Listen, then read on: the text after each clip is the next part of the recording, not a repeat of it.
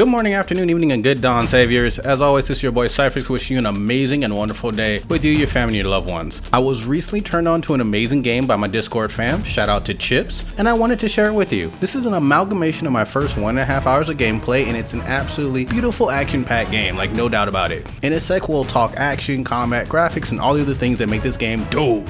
So stay tuned. Don't pause. Press play. Hey wonderful person, thank you for stopping by my neck of the woods, and if this video makes you feel warm and fuzzy and protected inside, like you're being hugged by a warm fluffy friend, or maybe realistically you're like, this guy is weird, informative but weird, I urge you to drop a like, combo into a subscription, and heck, even combo breaker the bell so you don't miss a beat of the neat and awesome interesting games across all platforms. By the way, for those of you guys who are interested in just raw gameplay footage, no talking or commentary, just want to see how the game plays out for about 10-20 minutes, I'm going to put a link in the corner here to a full gameplay session. I'm going to put it for about half an hour, and I'm also going to try to edit out, overly used menus and stuff like that. I'm going to keep it almost solely on gameplay for you guys, alright? Hope you enjoy that. So, 100 Souls. What makes it so 100? First, it's a high fantasy action RPG made by Hound 13. Which, while I've never heard of these guys, I must say they definitely know how to make a decent action game, but the trailer is terrible. Y'all gotta work on that. It's super generic. Anyway, I'll put it out there that when I first watched the trailer, it looked like a totally generic hero-based ARPG, just over the shoulder. And I mean, we've kind of done that with Alliance X Empire. That's been said and done. While the third-person camera is appreciated, I had to mentally prep myself for what I thought would be another generic, gender-locked mobile RPG. However, there are a few perks right off the bat. 1. Combat is clean, crisp, and even triggers a lot of the feels from games like Devil May Cry or God of War. 2. It's in English and fully playable. Although the voices are in Taiwanese, I mean, it's kind of a plus because good voice actors are really hard to find for mobile games. They don't really have the best budget. 3. Your character is not gender-locked. Thank God. 4. You're not locked into a particular method of gameplay, and I'll get into that later. 5. Lots of stuff is given you for free. No complaints there, I'll take a free wife any day. 6. There is a boss mode. Okay, that last one was personal, but I just love getting straight to the fight. I don't really care about the fodder. Now, just gameplay wise, it works like your traditional instance dungeon ARPG. Think Vindictus, Dungeon Fighter, lots of other classics at this point. Because of this, there is a little bit of loading, but you'll never really notice it. The loads are really low. Their load times are like non-existent, and you will spend a lot of time mostly just in the game. There's not a lot of necessity to just be in all these UIs and upgrade this and that. That all goes by really fast. And to be honest, even the characters during the tutorial acknowledge that you probably want to make your own choices sooner rather than later, which I'd greatly appreciate it because I read in-game text like that. Gear and gameplay are the staples that make this game fun.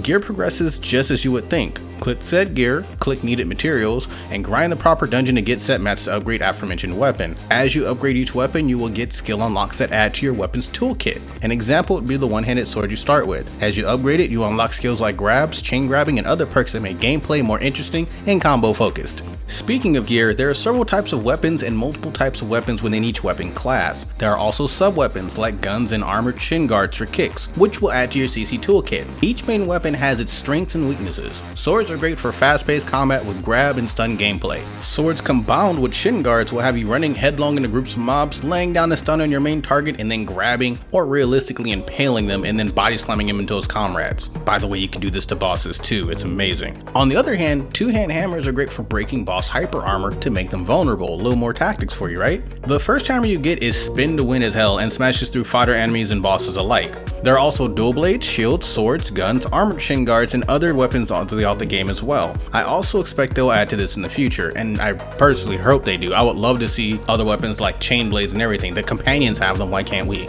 Now with all the gear variety, you're probably like, well, how do I know where to put my time? How do I know what works for me? Something that's really nice about the armor is that you can test every weapon in the game whenever you want. They even give you a complementary sub-weapon and companion that synergizes with the weapon you're testing. For example, sword comes with shin guards, while two-handed hammer comes with a gun. These combos synergize really well and let you know what the weapon's going to end up giving you as you level it up. That leads me to my last subject, the companions. Companions in this game are sort of like heroes from Fate's Stay Night. They are heroes from previous wars to save humanity and have been trapped in between dimensions, waiting for their next challenge. Also like Fate characters, they tend to have their own quirky attitudes towards you for being their next savior and master. You challenge each hero to win them to your side. After you've sufficiently beaten those cheeks, you can swap them to your party and also level their traits via a skill board. In combat, your companions will follow you around and auto-target and fight anything that comes across your path. However, I personally see them more like equipment.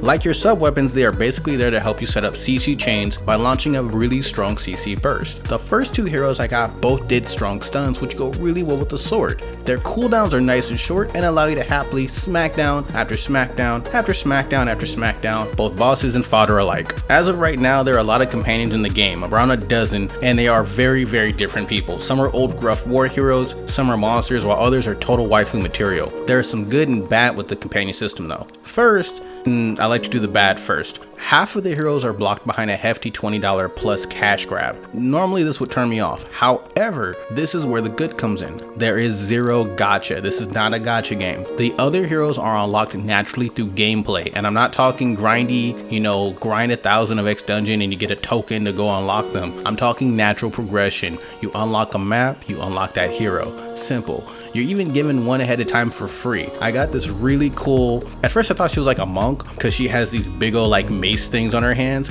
but I find out that the maces are on chains and she's over there just laying down the law on these things while I'm fighting them too. And then she can set up stuns on bosses. I was like, thank you so much for the free layup there. Anyway, wrapping up, this game is a solid action RPG, definitely worth a try for those who love monster smashing. The combat is responsive and hits have heft and weight to them. A sword feels like a sword and hammers feel like hammers. Slams feel like you're a pro wrestler. It's amazing and a wonderful feeling. The variety of weapons, sub-weapons, and companions combined with the choice of gender really help you customize your tune. Where I originally thought this would be a gender-locked, character-locked, super generic ARPG, I got a wonderfully smooth experience with lots of variety and lovable waifu companions. It's a total play. Check this game out. I'll have links down below for download. You'll notice this is the Taiwanese version. Don't worry, this version is the full English version, so no worries there. I hope you enjoy. Tell me your thoughts and experiences down below, and as always, love, peace, and elevate your hunts, y'all. Late.